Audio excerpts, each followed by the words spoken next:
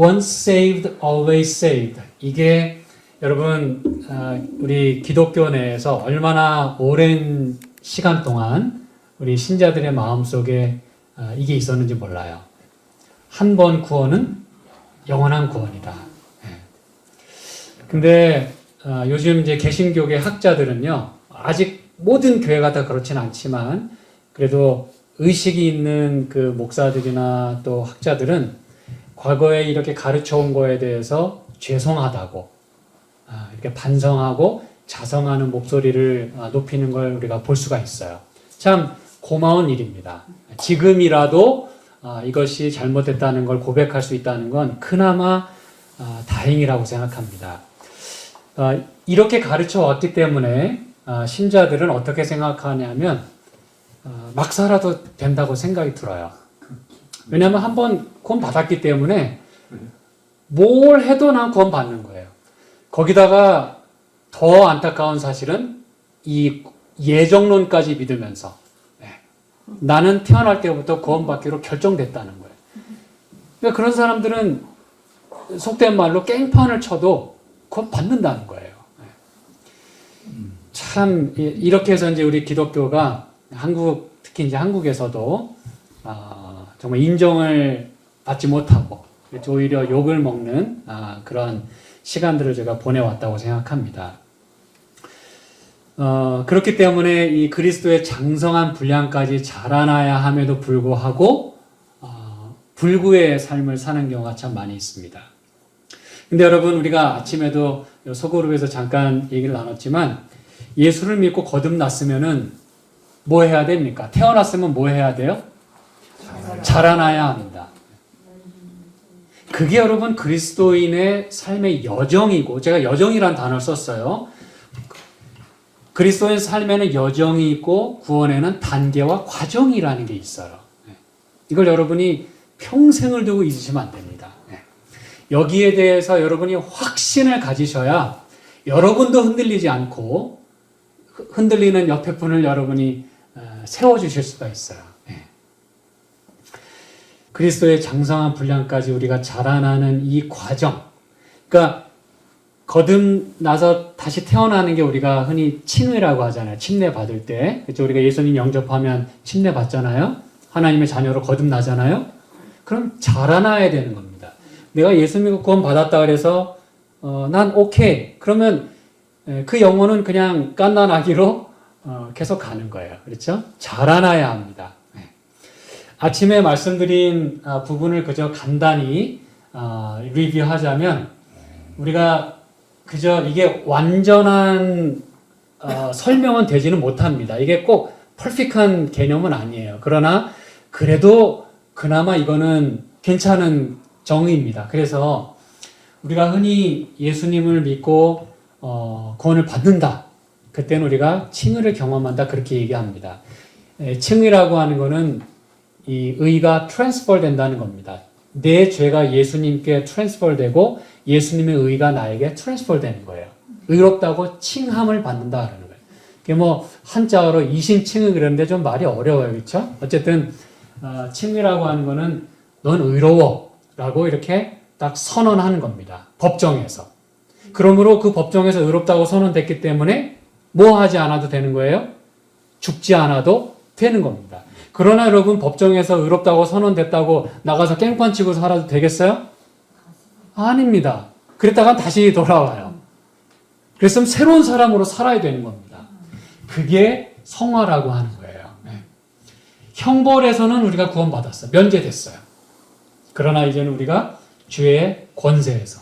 그래서 penalty of sin, power of sin. 그렇죠? 그 다음에 우리가 이제 예수님 재림하실 때 죄의 존재로부터, presence로부터 우리가 구원을 받는 거예요. 근데 여러분이 한 가지 주의하시거나 한번 좀 생각해 보셔야 되는 건 칭의, 성화, 영화 이렇게 단계로 나누다 보니까 사람들이 어떤 생각을 하냐면 예수님 믿게 되면 칭의, 그 다음엔 성화, 그 다음엔 영화 이렇게 우리가 이해하기가 아주 쉽습니다. 물론 이 영화라고 하는 이 glorification, 그렇죠? justification, sanctification, glorification 이거는 우리가 예수님 오실 때나 경험할 수 있는 건 맞아요. 그런데 칭의와 성화는 사실상 구분이 별로 없습니다. 이렇게 그저 단계를 나눴을 뿐이지 개념을 설명하기 위해서 이 칭의와 성화는 언제든지 같이 일어나는 일이에요. 그래서 다시 말씀드리면 성화는 칭의의 연속이라는 의미입니다. 이 얘기가 뭐냐? 그러면 칭의 딱 받고 나서 성화의 과정만 걷느냐? 여러분, 내가 그리스도인의 삶을 살아가면서 이렇게만 계속 올라갈 수 있을까요? 그럼 얼마나 좋겠습니까? 우리 재정도 이렇게만 가면 얼마나 좋겠습니까? 이게 오르락 내리락 이러고 가는 겁니다. 근데 우리가 올라가다 떨어질지라도, 그렇죠? 떨어질지라도 그 순간에 다시 예수님의 의를 내가 필요로 하고 예수님의 이름을 부르고, 그렇죠? 죄 용서 경험하고 매번마다 칭의를 경험하는 겁니다. 그렇죠? 그럴 때 그 과정 자체가 성화라고 하는 거예요. 그리스도의 장성한 분량까지 자라나는 것. 태어났으면 자라나야 됩니다. 그렇죠? 네. 그 과정이 이 성화라고 하는 과정입니다. 이 과정 없이 절대로 영화라고 하는 과정으로 갈 수가 없습니다, 여러분. 네. 그래서 한 번 구원받았으면 영원히 구원받는다. 그 구원받았다는 게 뭔데요? 네. 그걸 우리가 분명히 이해를 해야 되는 것이에요. 그리고 이 성화의 과정 속에는 칭의의 연속이라고 그랬는데, 우리가 흔히 칭의 그러면 예수님의 십자가만 생각하기가 아주 쉽습니다. 네, 물론 처음 우리가 예수 믿고 구원받는 건 예수님 십자가 때문이에요. 그러나 이 성화의 과정은 우리가 항상 십자가만을 바라보는 게 아니라, 여러분 오해하지 마세요. 십자가만을 바라보는 게 아니라 다시 오시는, 그리고 우리를 다시 데리러 오시기 위하여 지금도 나를 위해서 사역하고 계시는 지성소 봉사, 그분을 바라봐야 된다는 뜻입니다. 그게 성화의 과정이에요. 아시겠죠? 아시겠죠라는 말 안 하고 싶어도 이게 할 수가 없어요. 여러분이 반응도 잘 안 하시는 데다가 멀뚱멀뚱 이렇게 쳐다보시니까 제가 근데 아무튼 최대한 제가 맞춰드리려고 하는데, 그래서 예수 믿고 구원 받았어요. 그 다음에 이제 성화의 과정 속에는 십자가를 매일마다 우리가 필요로 합니다. 예수님의 그 보혈을 계속 생각해야 돼. 내 잘못을 고백하고. 그런데 왜 제가 이걸 자꾸 강조드리냐면 자꾸 십자가만 바라봐요. 십자가는 이미 끝났어요, 여러분. 날 위해 십자가 희생하신 거 너무 고마워요. 근데 십자가만 맨날 바라보면 안 돼요. 제가 이상한 얘기 드리는 거 아닙니다. 십자가의 구원은 내가 이미 받았어요. 그러면 그분이 십자가에서 죽으신 그분이 지금 뭐 하시냐 이거예요. 지금 하고 계신 게 있는데 왜 자꾸 이것만 바라보냐고요. 이분은 이거를 토대로 지금 이 일을 하고 계시는 거예요. 당신의 거룩하신 피를 가지고 지금 지성소에 들어가신 거예요. 그러니까 과거에만 자꾸 머무르지 마시고 지금 그분이 뭐 하고 계신지 거기에 우리는 더 신경을 써야 되는 겁니다. 이거 무시하라는 얘기가 아닙니다. 그러나 이게 기본이에요. 제가 좀 이따 이 코테이션 보여드리겠지만 이게 시작이에요. 근데 우리는 자꾸 시작만 바라보려고 그래요. 지금 진행 중인 게 있는데. 제가 뭘 말씀드리려고 하시는지 이해되시겠죠? 그렇죠? 그래서 이 칭의, 성화, 영화 이게 완전한 개념은 아니라 할지라도 그저 이런 과정이 있다는 걸 여러분 이해하시고, 다만 이 성화의 과정, 지금 우리가 경험하고 있는 성화의 과정은 매우 중요하다는 겁니다. 이게 없이는 결코 죄의 존재롭 도리는 구원받을 수가 없습니다. 그렇죠? 예수, 지금 나를 위해서 뭐 하고 계시는지 그분을 지금 우리는 바라봐야 돼요. 아시겠죠? 자, 그래서 이걸 다른 말로 하면요, 칭의는 그 신분의 변화를 의미합니다. 이제 여러분이 좀 더 이해를 하실 수 있게 돼요. 신분의 변화입니다. 제가 이 애굽에서 나온 이스라엘 백성을 예를 들어 말씀드릴게요. 이 출애굽에 이 애굽에서 이제 탈출을 합니다. 얼마나 좋았겠습니까, 그렇죠? 그런데 애굽에서 나옴으로 인해서 그들의 신분의 변화가 생겼어요. 애굽에 있을 때는 뭐였어요? 종이었어요. 노예였어요. 그런데 애굽에서 나오면서부터 그들은 자유인이 됐어요. 얼마나 감사합니까? 그렇죠? 신분의 변화가 생겼어요. 근데 문제는 뭐냐면 430년 동안 노예 생활하던 그들이 하루아침에 자유인이 됐어요. 근데 문제는 뭐냐? 그 노예 근성은 아주 오래 간다는 사실입니다. 어떻게 보면 죽을 때까지 가요. 내가 살 수 있는 내 삶의 연수 있잖아요. 그거보다 더 많은 이 노예 생활을 했어요. 내가 70이고 80이다. 그거보다 더 많이 노예 생활했기 때문에 이 유전적으로 말이죠. 이제 이게 또 건강과 관련된 거지만 유전적으로 이 노예 근성이 이미 우리 안에 있는 겁니다. 이미 우리는 아담의 죄로 인해서 그 본성이 우리에게 다 자리 잡고 있어요. 여러분, 우리가 왜 교회 가면 죄인이라고 합니까? 어떤 분은 그 죄인 소리 듣기 싫어서 교회 가기 싫다는 분이 있어요. 내가 열심히 잘 사는데 교회만 가면 죄인 돼가지고 기분 나빠서 못 가겠다 그래요. 근데 왜 죄인이라 그래요? 착하게 사는데. 물론 잘못을 범하기 때문에도 죄인이지만 우리의 본성 자체가 sinful nature 이거 자체가 삐딱해요. 삐딱해. 그래서 성경이 말하는 죄라고 하는 단어의 정의는 miss the mark. 딱 발을 딱 쐈는데 딱 여기 꽂히지 않고 휙 지나간단 말이에요. 그때 이 올림픽에서도 말이죠. 고대 이 아테네 이런 데서 헬라 거기서 올림픽 할 때 양궁에서 활이 휙 빗나가면 하마르티아라고 딱 선언을 했어요. 헬라어로 하마르티아가 죄라는 단어입니다.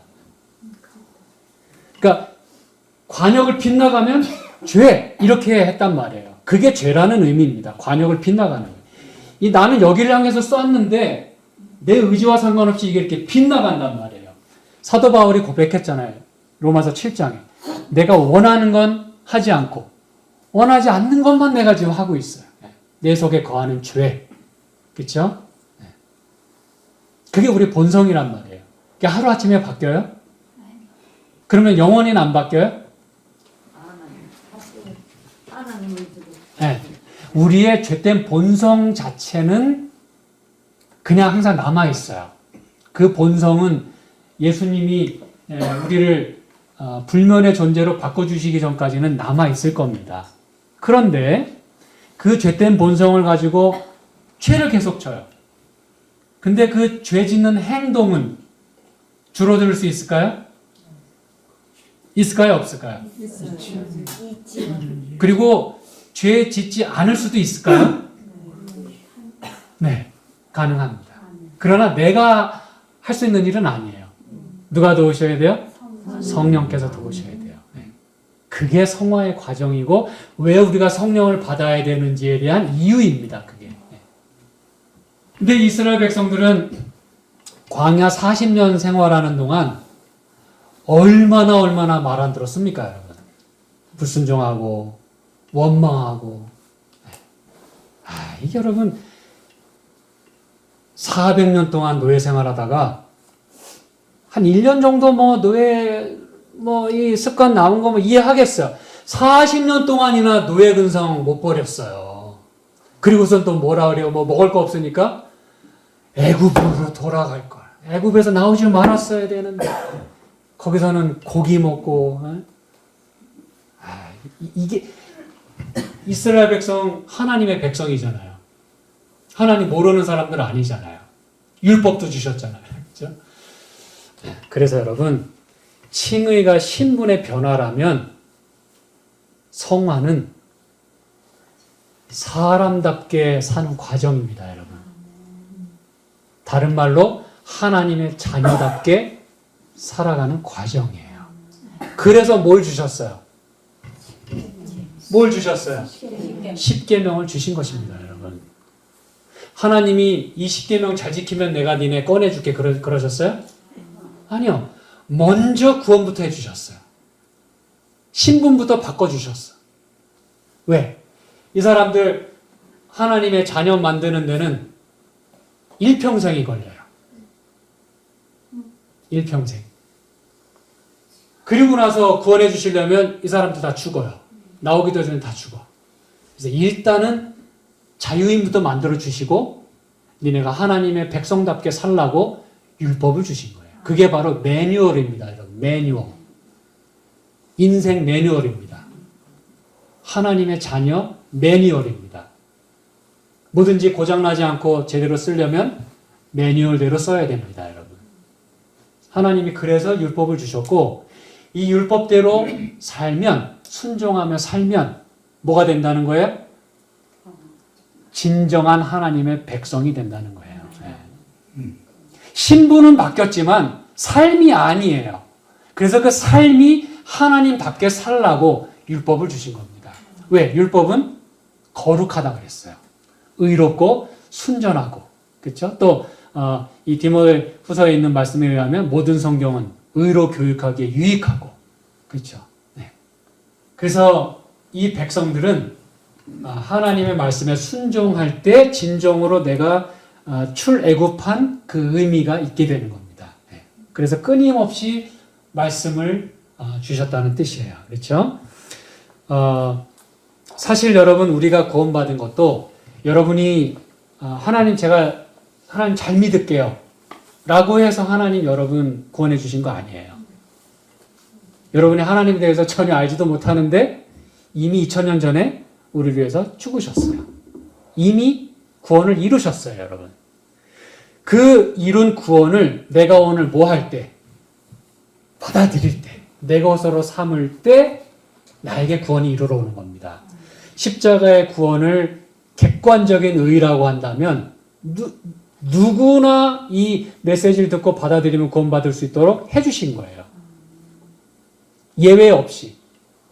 근데 그 객관적인 의가 오늘 나에게 주관적인 의로 받아들여질 때 그때 나에게 구원이 이루러 오는 것입니다. 여러분. 네. 우리가 죄인 되었을 때 예수님께서 죽으셨어요. 잘 나가기 때문이 아니라 이제 그 다음에 하나님의 계획은 어떻게 해야 하나님을 닮아갈 수 있는지를 우리에게 주신 것입니다. 그 방법을. 왜냐하면 율법은 하나님의 품성에 뭐라 그래요? 사본이다 이야기를 합니다. 하나님의 품성을 글로 적어봐라. 그게 율법이에요. 우리는 하나님의 품성을 다 이해 못합니다. 그렇죠? 여러분이 최고로 여러분의 자녀에게 줄 수 있는 그 사랑, 그거는 예수님의 사랑의 그저 일부분이에요. 그분이 우리에게 주실 수 있는 사랑의 그저 한 파트에 불과합니다. 여러분이 최고로 자녀에게 줄 수 있는 사랑. 그렇죠? 예수님의 사랑은 더 크다는 얘기죠. 근데 그 하나님의 사랑의 품성이 녹아있는 글이 바로 율법입니다. 십계명입니다. 그래서 십계명을 통해서 우리는 예수님을 닮아갈 수가 있는 거예요. 제가 오늘 율법주의 말씀드리는 거 아닙니다. 계명은 순종해야 합니다, 여러분. 여러분이 좋든 싫든 순종해야 합니다. 그러나 여러분이 막 하기도 싫어 죽겠는데 하는 거는 그래도 하셔야 돼요. 근데 하다 보면 예수님 저를 도와주세요. 하다 보면 잘 되게 돼 있어요. 왜냐하면 자꾸 예수님 닮아가니까 이게 어렵지가 않은 거예요. 자꾸 비슷해져 가는 거예요. 자꾸 이렇게 동류가 돼 가는 거예요. 자석이 자꾸 자기 땡기고 싶은 거 자꾸 땡겨 가는 거예요. 내가 예수님께 자꾸 땡겨 가는 겁니다. 예수님의 그 자성에 내가 자꾸 끌려 가는 거예요. 그러다 보면 나도 그 자성을 갖게 되는 겁니다, 여러분. 여러분이 뭘 해서가 아니라 그냥 그분에게 자꾸 이렇게 붙으면 그분처럼 되는 겁니다. 예수님을 닮아가는 과정이 바로 성화의 과정이고 이 일을 이루시는 분이 지금 예수님이고 어디서 하시느냐? 하늘 지성소에서. 그 사역을 우리가 중보사역이라고 하는 것이고 굳이 어려운 말로 하자면 조사심판이라고 하는 것이고 조금 더 괜찮은 표현 하자면 재림전 심판이라고 하는 겁니다.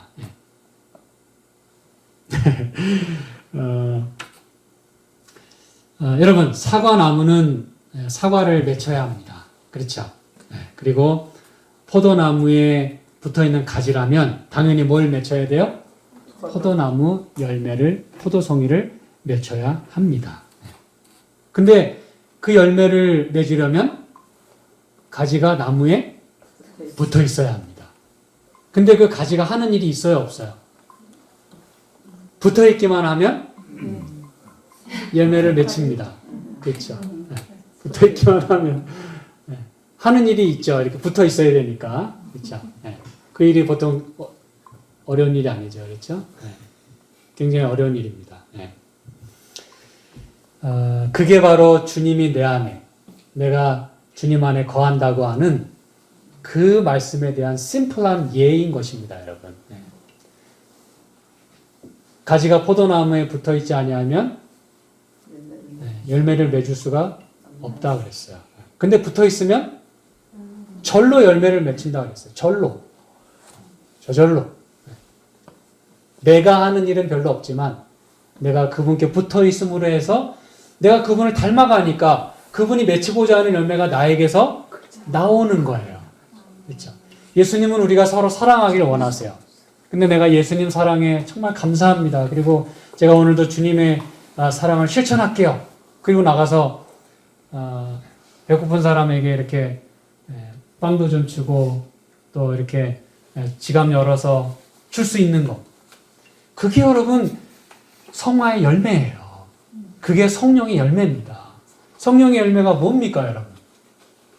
친절, 사랑.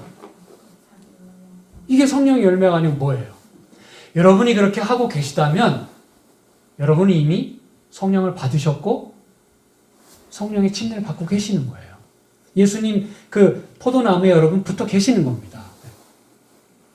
근데 그게 한 번 했다고 되는 게 아니라 계속 끊임없이 기도하고 끊임없이 주님을 필요로 하고 그렇게 되면 나중에는 점점 더 지금보다는 쉽게 그런 사랑이 자꾸 흘러나오는 거예요. 그래서 여러분 예수님이 그 사마리아 여인에게도 생수가 그 속에서 막 흘러나오겠다고 했잖아요. 그 여인은 예수님께 완전히 빠졌어요. 예수님께 완전히 붙어버렸어요. 그래서 예수님은 그 말씀 하신 겁니다. 너에게서 생수의 강이 흘러나오겠다. 더 이상 목마르지 않겠다. 왜냐하면 예수님이 채워주실 거니까. 그렇죠? 이 일은 성령의 도우심으로 가능한 거예요.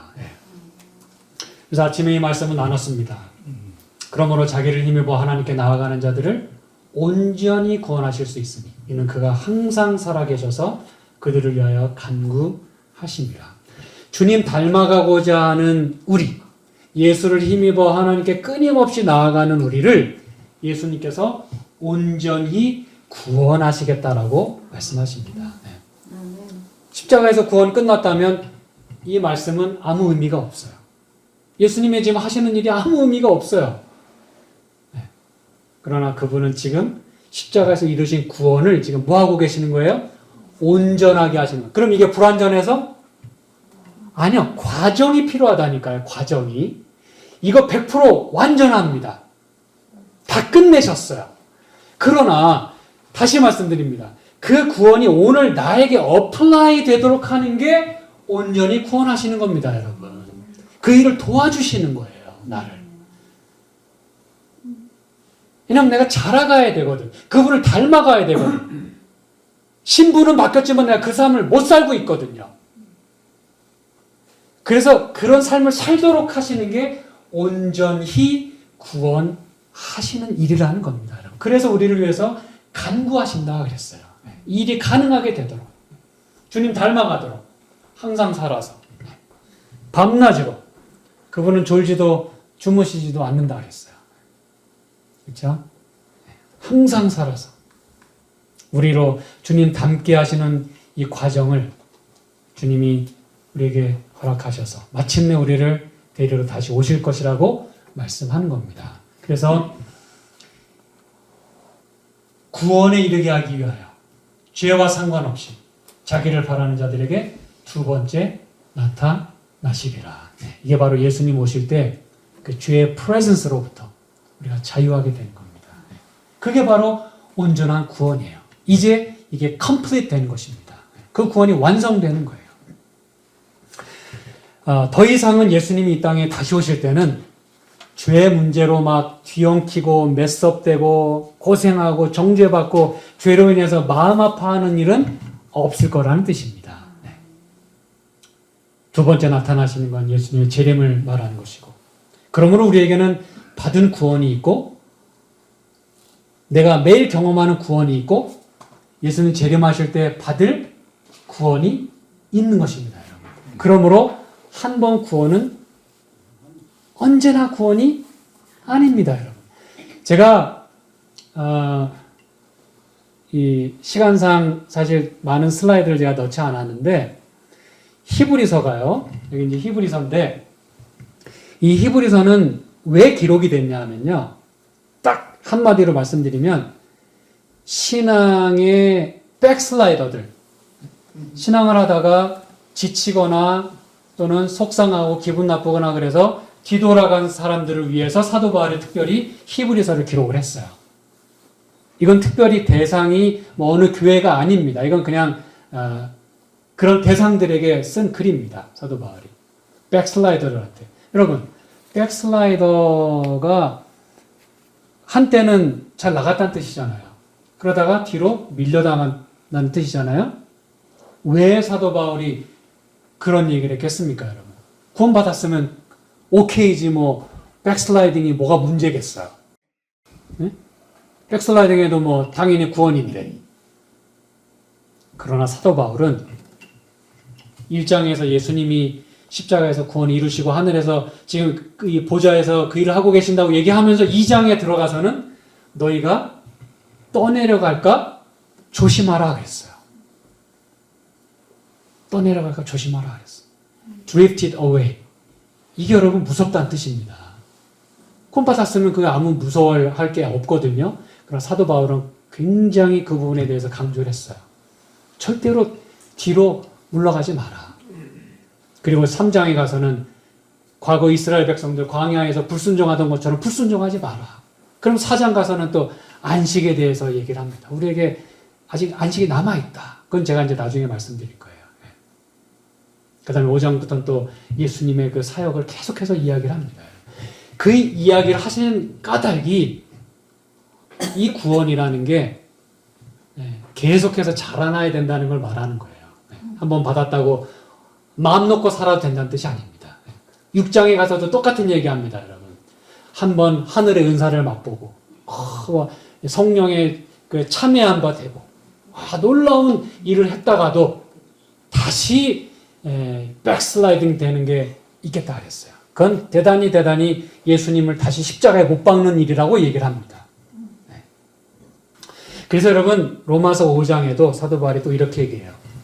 그러므로 우리가 믿음으로 의롭다 하심을 받았으니 우리 주 예수 그리스도로 말미암아 하나님과 화평을 누리자. 여러분 믿음으로 의롭다 하심을 받았어요. 그럼 된 거 아닙니까? 그런데 받았으니 우리 주 예수 그리스도로 말미암아 이제는 하나님과 화평을 누리자 그랬어요. 의롭다 하심 받았으면 됐지 뭐 이렇게 말이 많습니까? 근데 그게 다가 아니라는 거거든요. 내가 신분의 변화는 가져왔지만 하나님과는 여전히 내가 원수지간이에요. 내 삶이 여러분의 생각 자체가 하나님께 오리엔트 된 게 아니라 자꾸 내가 옛날에 있던 거기에 오리엔트 되는 거예요. 그래서 이제는 하나님과 화평을 누려야 된다 그랬어요. 하나님과 하나 되고 하나님을 계속 닮아가는 과정이 필요하다. 그걸 얘기를 하는 겁니다. 하나님과 여러분 마음이 맞아야 되는 거 아니겠습니까? 네, 코드가 맞아야 되는 겁니다. 제가 코드라는 말을 썼어요. 왜냐하면 제가 아마 내일쯤 제가 이 코드라는 이걸 제가 설명해 드릴 거기 때문에 그래요. 코드가 맞아야 돼요. 네. 함께 있고 싶은 사람 여러분 하나님 데리러 오지 않으시겠습니까? 그렇죠? 자, 우리 2절에 얘기합니다. 또한 그로 말미암아 우리가 믿음으로 서 있는 이 은혜에 들어감을 얻었으며 하나님의 영광을 바라고 즐거워하느니라. 내가 십자가로 의롭다 하심을 얻었거든요. 그런데 또한 그분으로 말미암아, 그렇죠? 나에게 의로움을 주신 그분으로 말미암아 우리가 믿음으로 은혜에 들어감을 얻었다 그랬어요. 이거 어디서 많이 들어본 얘기 아닙니까? 히브리서 4장에 제가 여기 적었어요. 그러므로 우리에게 큰 대제사장이 계시니 승천하신 분 곧 하나님의 아들 예수시라. 우리가 믿는 도리를 굳게 잡을 줄 알아. 구원 받았으면 됐지 뭐 믿는 도리를 굳게 잡을 필요가 뭐가 있어요? 뭐 할 수 있으니까? 백슬라이딩 할 수 있으니까. 귀찮다고 또는 힘들다고 이거 잡은 거 놓을 수 있으니까. 성경에 여러분 개념상으로 논다는 얘기는 믿음에서 떠난다는 뜻입니다. 왜냐하면 믿음은 이렇게 붙잡는 기능이 있거든요. 꽉 붙잡는 기능이 믿음의 멘트 펑션입니다. 그게 굳게 잡으라 그랬어요. 우리에게 있는 대제사장은 우리의 연약함을 동정하지 못하실 리가 아니요 모든 일에 우리와 똑같이 시험을 받으신 이로되 죄는 없으십니다. 그러므로 16절을 같이 읽겠습니다. 그러므로 우리는 긍휼하심을 받고 때를 따라 돕는 은혜를 얻기 위하여 은혜의 보좌 앞에 담대히 나아갈 것입니다. 이게 여러분 얼마나 아름다운 말씀입니까? 우리가 예수님 때문에 이제는 하나님의 보좌에 직접 나아갈 수가 있대요. 그래서 그분과 화평하게 될 수 있대요. 이 일이 가능한 건 바로 예수님 때문이고 우리는 그분의 보좌가 은혜의 보좌임을 은혜를 받기 위하여 나아가는 것임을 우리가 이해할 수가 있어요. 구원 받았지만 우리 예수님의 은혜가 필요합니다. 그러면서 얘기합니다. 우리가 아직 연약할 때 여러분이 잘났기 때문에 예수님이 여러분 구원하러 오신 거 아니에요. 이스라엘 백성들이 애굽에서 그 종살이 할 때 하나님에 대한 거 거의 다 까먹었어요. 그런데도 하나님은 그 백성을 불쌍히 여기셔서 끄집어내신 거예요. 똑같습니다. 우리가 아직 연약할 때 기약대로 약속대로 그리스도께서 경건하지 않은 자를 위하여 죽으셨다 그랬어요. 경건하지도 않은데 그러면서 뭐라 그래요? 의인을 위하여 죽는 자가 쉽지 않다 그랬어요. 그런데 예수님은 경건하지 않은 자를 위하여 우리가 연약할 때 우리가 아직 죄인 되었을 때 그리스도께서 우리를 위하여 죽으심으로 하나님께서 우리에 대한 자기의 사랑을 확증하셨다 그랬어요. 여러분 사단이 우리를 기만하고 속이고 하나님 품성을 오도하는 게 굉장히 많아요. 제가 이제 마지막 부분에 잠깐 언급을 또 해드릴 것이지만 이야기합니다. 하나님은 매우 전제군주고 화가 나 있고 진노하시는 하나님인데 예수님이 그 하나님의 진노를 달래기 위해서 화목 제물이 되셨다는 거예요. 그래서 하나님이 막 벌 내리실 거 예수님 보고 그래 내가 참지 뭐 이렇게 한다는 겁니다. 그게 맞을까요? 틀릴까요? 그러면 어떻게 수정돼야 될까요? 하나님이 우리에 대한 자기의 사랑을 확증하셨대요. 누구를 통해서? 예수님을 통해서. 누가 먼저 이니시에이트 했다는 뜻입니까? 여러분? 하나님. 그래서 요한복음 3장 16절에 그랬잖아요. 하나님이 세상을 이처럼 사랑하사 아들을 주셨다 그랬어요. 아들이 아버지 눈치 보면서 이 죄인들 구원해야 되는데 아버지 이거 노를 달래려면 내가 어떻게든 그냥 뭐 해야 되겠다. 이래서 한 게 아니라 하나님 아버지가 우리를 너무 사랑하셔서 아들을 보내셨다 그랬어요. 이게 하나님의 사랑입니다. 우리가 뭐였을 때? 죄인 되었을 때. 그러면 과거에는 죄인 되었을 때니까 지금은 죄인이 아니겠네요. 아직은? 아직은 죄인? 네. 네.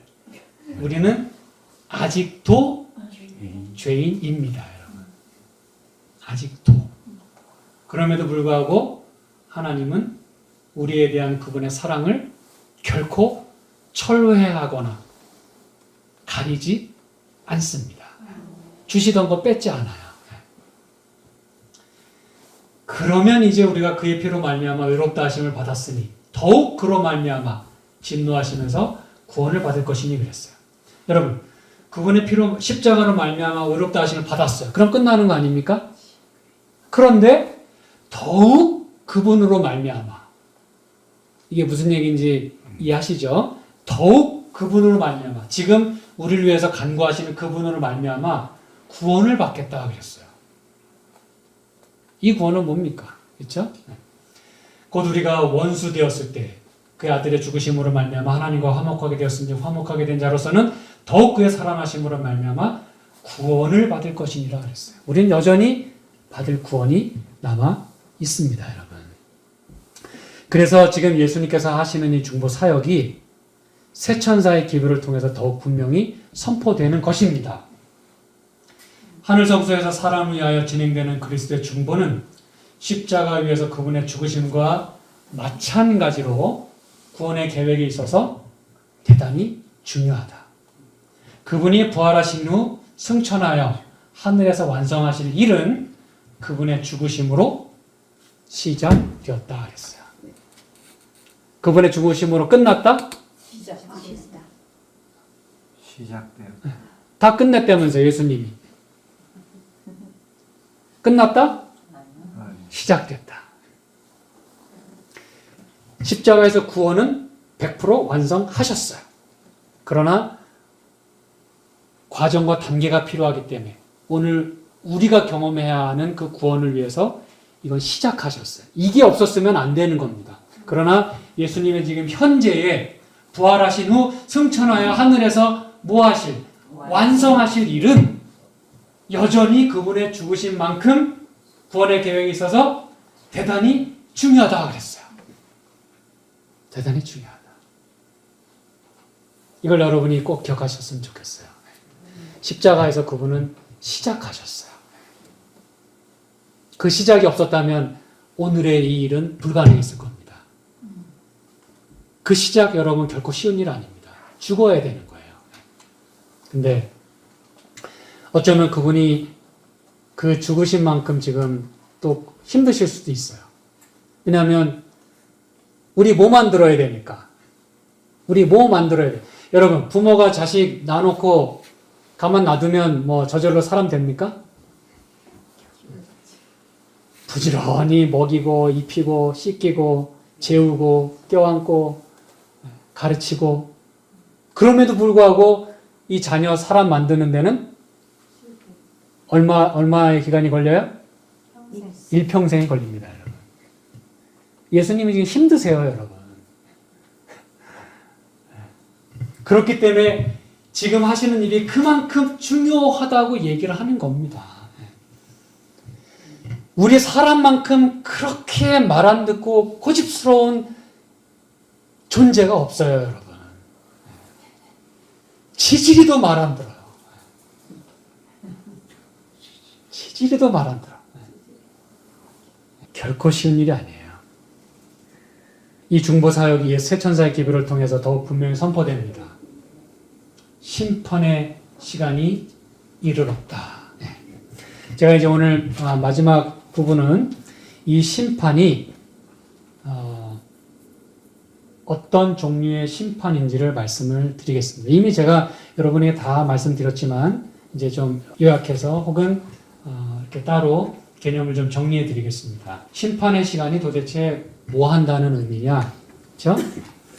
성경이 말하는 심판의 그 종류는요, 아마 기본적으로 뭐 조사심판 혹은 재림전심판 그리고 집행심판 이렇게 크게 나눌 수 있을 거예요. 그렇죠? 네, 그런데 심판의 의미를 여러분이 꼭 이해하셔야 됩니다.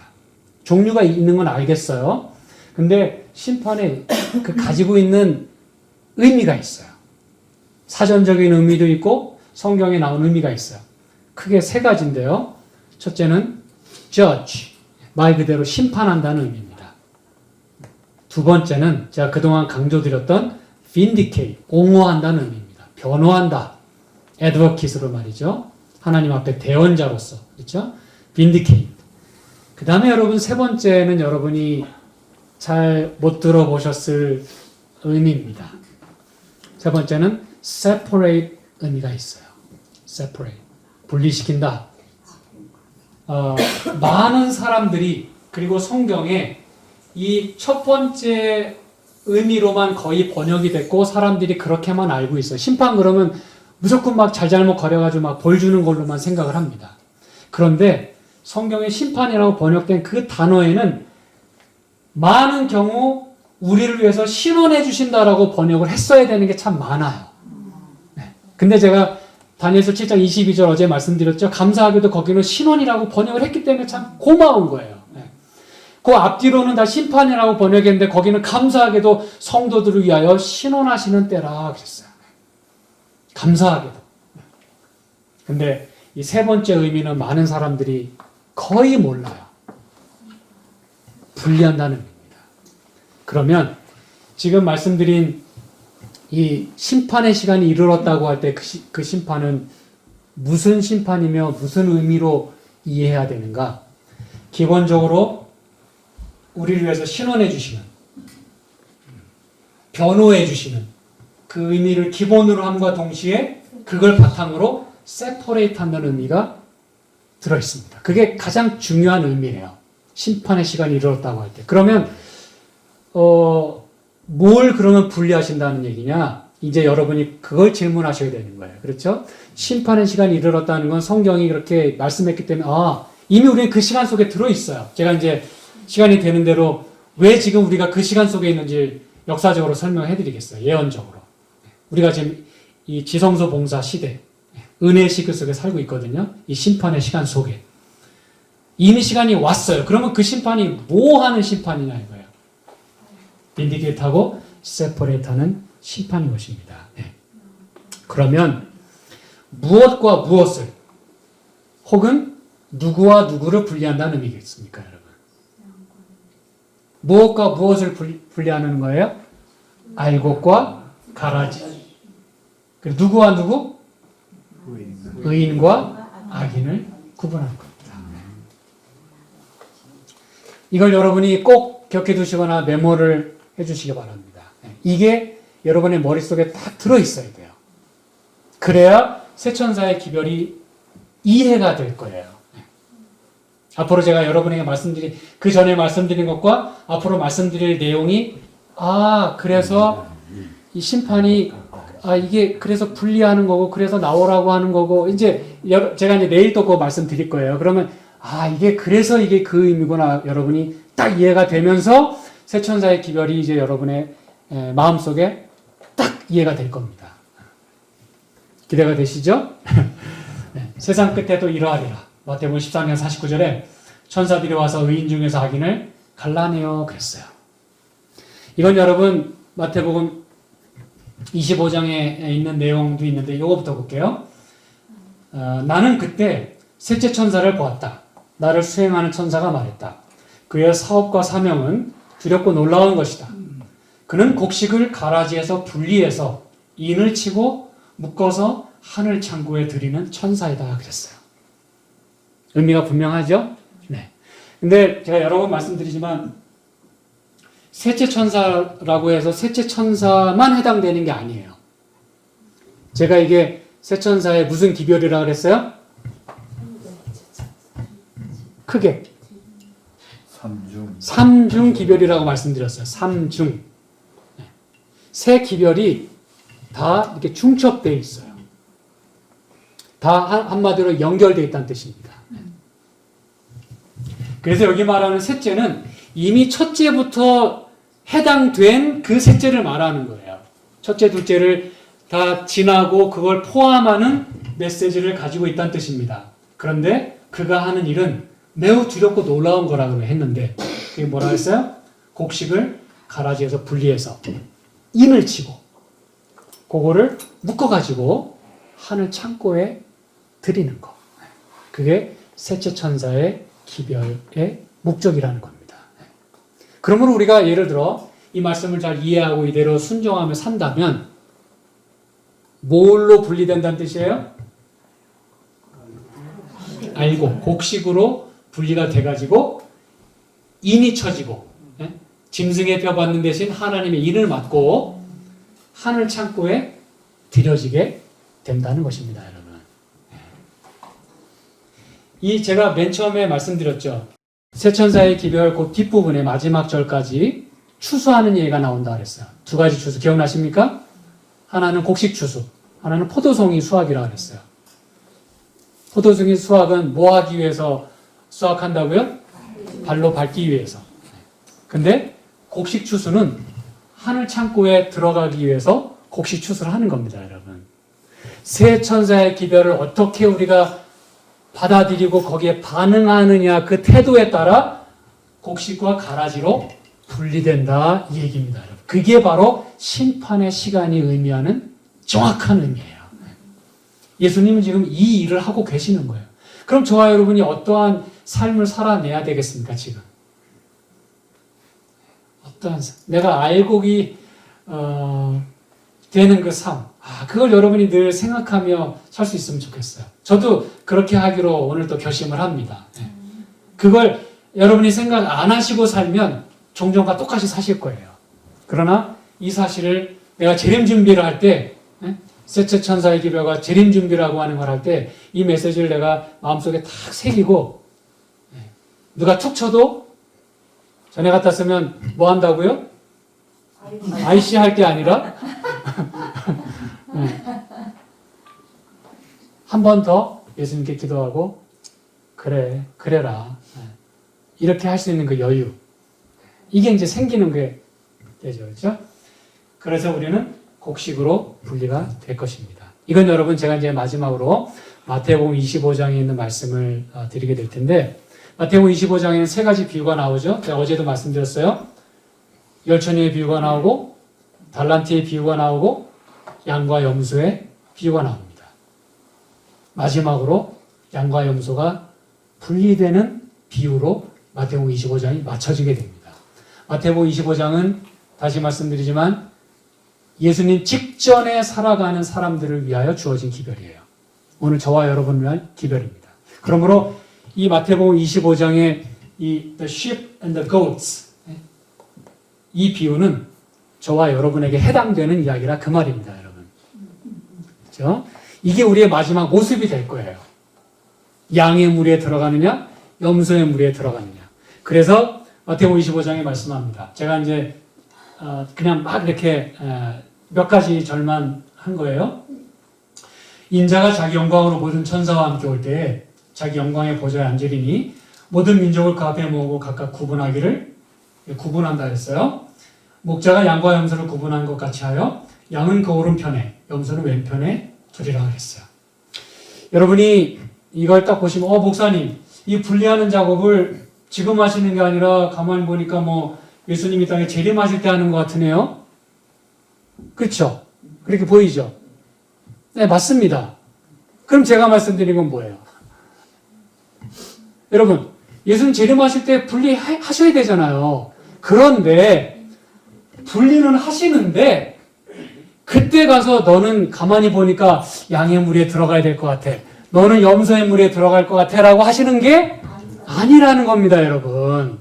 그 작업은 지금 하고 계시고 예수님 재림하실 때는 그냥 이미 나눠져 있어요. 그런데 이 말씀을 하시는 까닭은 너희가 지금 어느 편에 서는 삶을 살아야 되느냐 그걸 말씀하기 위해서 이 말씀 주신 거예요. 그러면서 말씀하시죠. 그때 임금이 그 오른편에 있는 자들에게 이르시되 내 아버지께 복받을 자들이여 나와 창세로부터 너희를 위하여 예비된 나라를 상속하더라. 또 왼편에 있는 자들에게는 저주를 받은 자들아 나를 떠나 마귀와 그 사자들 위하여 예비된 영원한 불에 들어가라 그랬어요. 제가 말씀드렸죠? 예수님을 믿으면 적어도 내가 거절만 하지 않고 뒤돌아서지만 않으면 마귀와 그 사자들 위하여 예비된 영원한 불에 들어갈 일이 없습니다. 왜냐하면 여기로부터 구원받았기 때문에. 그러나 지금 내가 이 말씀대로 살지 아니하면 결과적으로 내가 원래 받게 되어 있는 마귀와 사자들 위하여 예비된 그 영원한 불에 내가 할 수 없이 동참하게 되는 거예요. 예수님은 어차피 이들의 운명은 이미 결정됐기 때문에 이들의 운명에 동참하지 말라고 우리를 지금 부르시는 겁니다. 그 바벨론에서 나오라고 하는 까닭이 거기 있으면 망할 거니까 이들과 함께 끝날 거니까 거기서 나오라는 거예요. 이들의 운명은 이제 못 바꿉니다. 그러나 저와 여러분의 운명은 지금 얼마든지 바꿀 수 있어요. 제가 참고로 말씀드리죠. 영원한 불이라고 그랬는데 제가 요건 이제 다음 시간에 이 사단이 얼마나 우리 인류를 기만하고 속였는지 제가 여러분에게 공개해 드릴 겁니다. 성경이 말하는 도대체 영원한 지옥불이라는 게 도대체 뭐냐? 이건 여러분 사단이 만든 참 너무나 기묘한 속임수예요.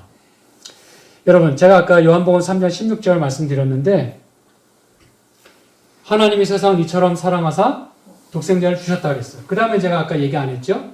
이는 저를 믿는 자마다 뭐하지 않고 멸망치 않고 영생을 얻게 하려 하신다 그랬어요. 여러분, 영생은 뭐예요? 영원히 사는 겁니다. 그럼 멸망은 뭐예요? 그냥 영원히 망하는 거예요. 존재가 있어요, 없어요? 없습니다. 근데 만약 영원한 불에 들어가서 영원히 고통받는다면 사는 거예요, 죽는 거예요?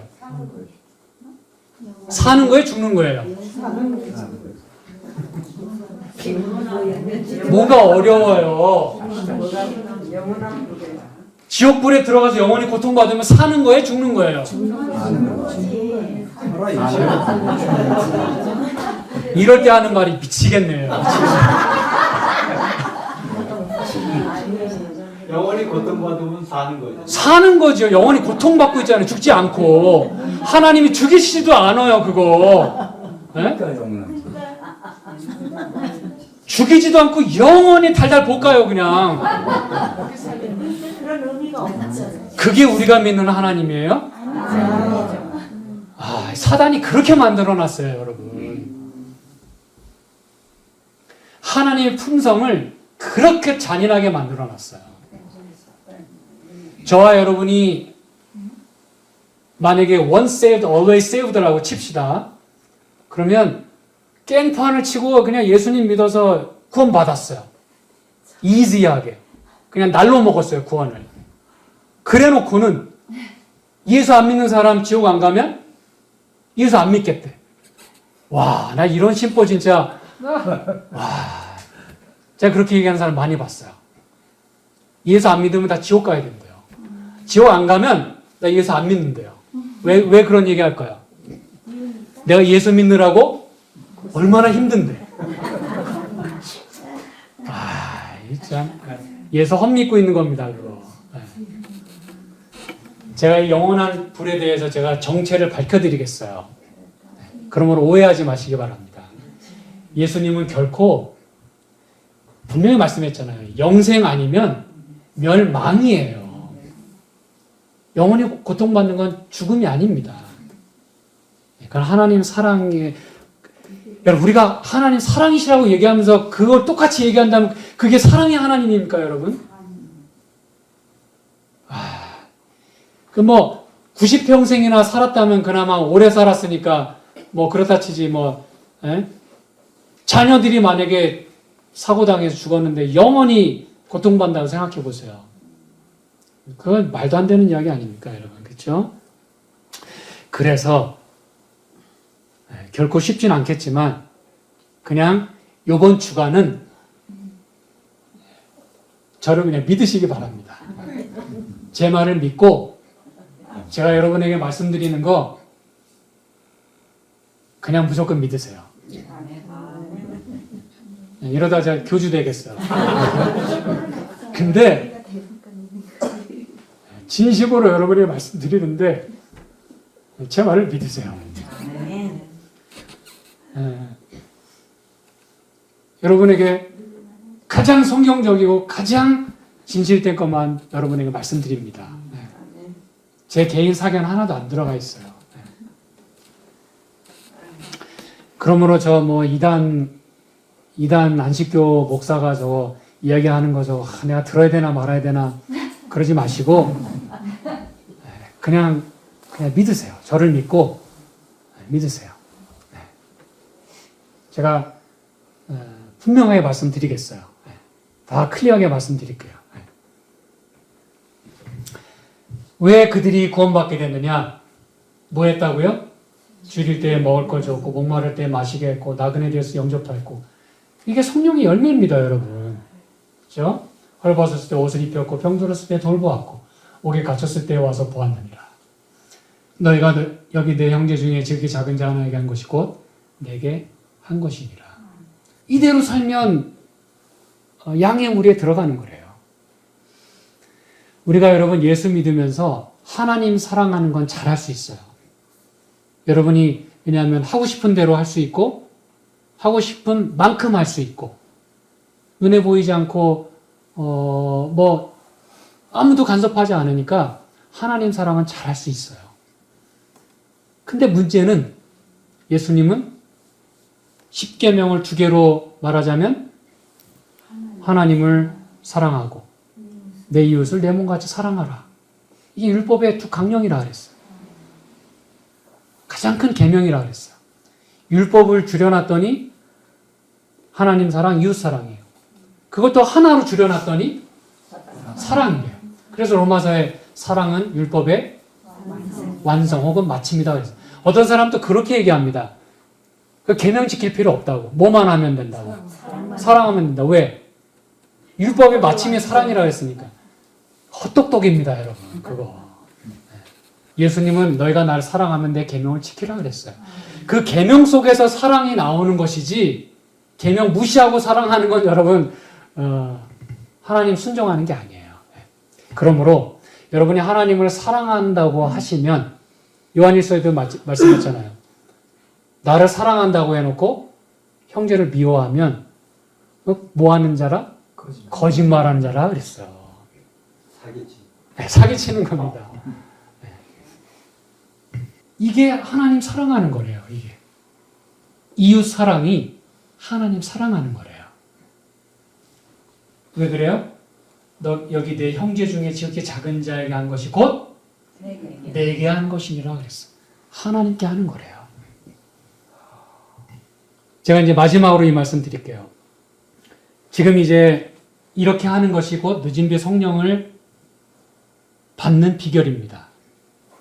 이게 왜냐하면 성령 체험이니까 성령의 임재 속에 살아가고 있는 거니까 성령의 열매를 맺으며 살아가는 거기 때문에 이렇게 사시면 늦은 비 성령을 받고 인을 받게 될 거예요. 아까 여러분 보셨죠? 곡식과 가라지로 나눠져서 인치고 묶여져서 하늘 창고에 들여지게 되는 겁니다. 근데 이렇게 지금 분리하는 심판을 예수님이 하고 계신데 이 일이 지금 우리 시대에 지금 진행 중에 있는 현재의 지성소 봉사예요. 그게 우리를 이렇게 지금 인도하고 계신 분이 근데 여러분 이게 왜 지금 이 중요한지 아십니까? 왜 이렇게 하는 일을 지금 해야 되는지 아세요? 네, 곧 끝나니까. 그리고 요한계시록 22장 10절로 12절에 보니까 10절 마지막 11절 12절 초반에 있는 걸 제가 이렇게 모아놓은 거예요. 때가 가까우니라 그랬어요. 때가 매우 가깝습니다. 좀 전에 대답하신 대로 시간이 별로 안 남아있어요. 여러분이 얼마나 사시겠습니까? 때가 가깝습니다. 여러분이 생명이 끝나기 전에 어쩌면 예수님 오실 수도 있어요. 아무도 모릅니다. 그러나 곧 오실 분으로 여러분이 믿으시고 그렇게 생활하셔야 된다는 겁니다. 제가 지금 드리는 말씀은 왜냐하면 때가 가깝기 때문에 내 상태가 어떻게 변할지 모르기 때문에 오늘은 내가 멀쩡하지만 내일은 내가 딴소리 할 수도 있어요. 사람 못 알아볼 수도 있어요. 아주 심각한 지금 현재 질병입니다. 그게 그렇죠? 불의를 행하는 자는 그대로 불의를 행하고 더러운 자는 그대로 더럽고 제가 이제 이 말씀은 내일 또 말씀드릴 거예요. 굉장히 중요한 부분이기 때문에 의로운 자는 그대로 의를 행하고 거룩한 자는 그대로 거룩하게 하라 그랬어요. 그러면서 보라 내가 속히 오겠다 그랬어요. 여기서 여러분이 오늘은 이 성경절에서 뭐에 초점을 두셔야 되냐면 그대로란 단어입니다. 그대로. 불의를 행하는 자는 그대로 불의를 행하고 더러운 자는 그대로 더럽고. 이게 무슨 말일까요? 사람의 생각과 습관, 행동 그게 결국은 뭘 운명짓게 돼 있어요? 사람의 운명을 결정짓습니다. 그거 여러분 아시잖아요. 생각이 행동을 만들고 그다음에 그 행동이 뭐가 되고 습관이 되고 그 습관이 품성이 되고 그 품성이 우리의 운명을 결정짓습니다. 그렇죠? 그대로라고 하는 건 지금은 내가 조금 그래도 많이 노력하면 바꿀 수는 있어요. 대신 많이 노력해야 됩니다. 이리로 가야 되는데 내가 지금 이리로 가고 있어요. 그러면 이쪽으로 가기 위해서 많은 노력을 기울여야 이쪽으로 갈 수 있어요. 왜냐하면 여러분의 본성 자체는 이쪽으로 가고 싶어 하기 때문에 그래요. 근데 지금은 어쨌든 되돌리면 되돌릴 수 있어요. 그런데 어느 시점이 되면 내가 되돌리고 싶어도 안 될 때가 있어요. 그때가 우리 이 중에서 이제 질문하신 분도 계시지만 중보자 없이 서는 때가 옵니다, 여러분. 중보자 없이 서는 때. 그때는 뭐냐면 제가 제 강의에 여러분이 들어보셔서 스타일을 아시겠지만 시간이 많으면 제가 뭐 천천히 그냥 하나하나 말씀드리면 좋겠지만 이 시간 안에 다 막 지금 제가 믹스하고 있어요, 여러분. 여기 와서 제가 다시 막 많이 생각합니다. 다 믹스하고 하느라고. 그 다음에 할 걸 항상 그 전에 제가 이게 말씀을 드려요. 그래야 다음에 또 한번 들으면 어제 그 얘기했지 하기 때문에 그렇게 할 수밖에 없어요. 제가 지금. 중보자 없이 선다는 뜻은 무슨 말입니까? 지금은 중보자가 있다는 뜻이에요. 아직은 감사하게 예수님이 우리를 위해서 간구하고 계세요. 그런데 은혜의 시기가 끝나면 언제 끝날지 몰라요. 끝나면 그때부터는 더 이상 중보가 없어요. 그때는 이미 우리 모두의 운명이 알곡과 가라지로 의인과 악인으로 완전히 분리가 끝난 상태입니다. 그렇기 때문에 더 이상 중보가 필요 없는 거예요. 그때는 이제 예수님이 우리를 데리러 오시는데 그 데리러 오시는 그 사이 그게 흔히 일반 개신교에서는 7년 환란 그래서 성경에 나오는 7재앙을 7년 환란이라고 해석해버립니다. 그건 완전히 wrong입니다. 성경이 어디게 7년이라고 얘기를 합니까? 그건 절대로 잘못된 해석이에요. 그 7재앙은요, 이렇게 말씀드려도 틀리지 않기 때문에 이렇게 말씀드리는 거예요. 하루만 해도 끝날 수 있습니다. 뭐 말 그대로 7년이 걸릴 수도 있어요.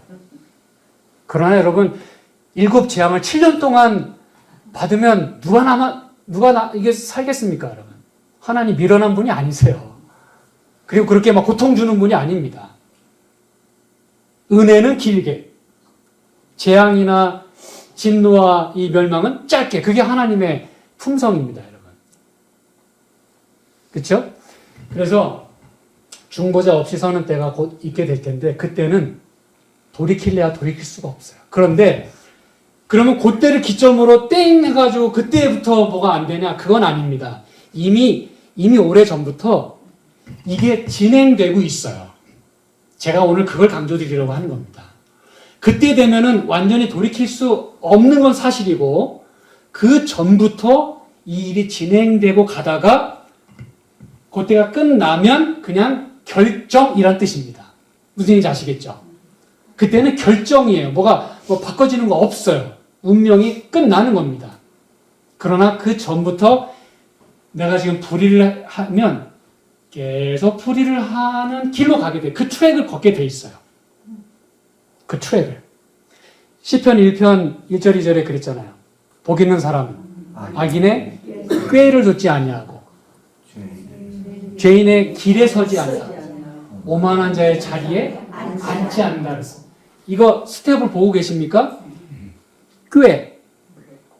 머리로 하던 것이 그 죄인의 길에 들어선다 그랬어요.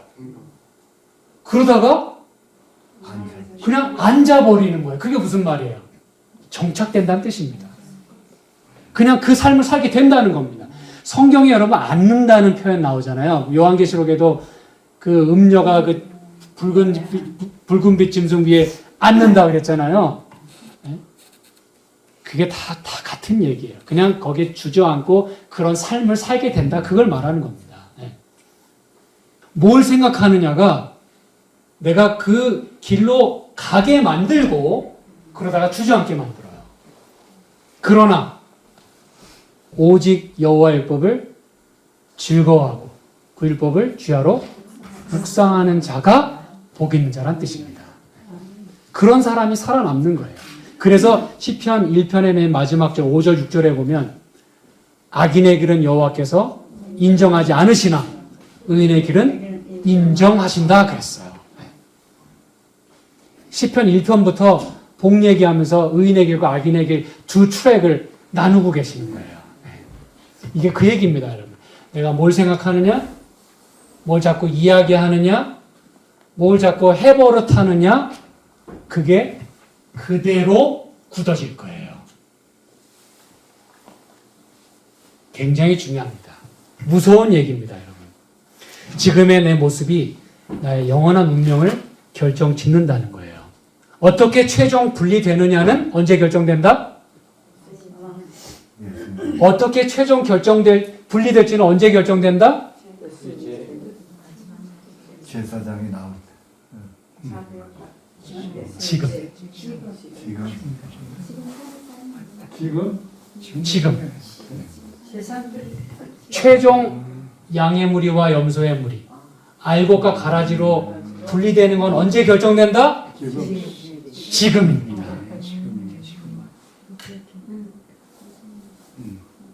지금이에요. 왜? 그대로 갈 거기 때문에. 이거 여러분 매우 매우 무서운 얘기고 두려운 얘기입니다. 그러므로 오늘 주님 말씀대로 순종하고 하나님 기쁘시게 해드리고 이웃을 사랑하고 돌보고 그래서 주님께 착하고 충성된 종이라는 칭찬을 들으시는 저와 여러분 되기를 간절히 소망합니다. 기도드리겠습니다. 하나님 고맙습니다. 저희들에게 영원한 운명을 결정짓게 되는 그 분리를 말씀하시면서 아무도 그때 악인의 길에 서지 아니하고 아무도 그때 가라지로 분리되기를 원치 않으시기 때문에 지금 우리에게 어떻게 살아야 되는지를 누구 믿고 누구에게 붙어서 살아야 되는지를 말씀해 주셔서 감사합니다. 그대로 살기 원합니다. 주님 저희를 도와주시옵소서. 예수님의 이름으로 기도합니다. 아멘.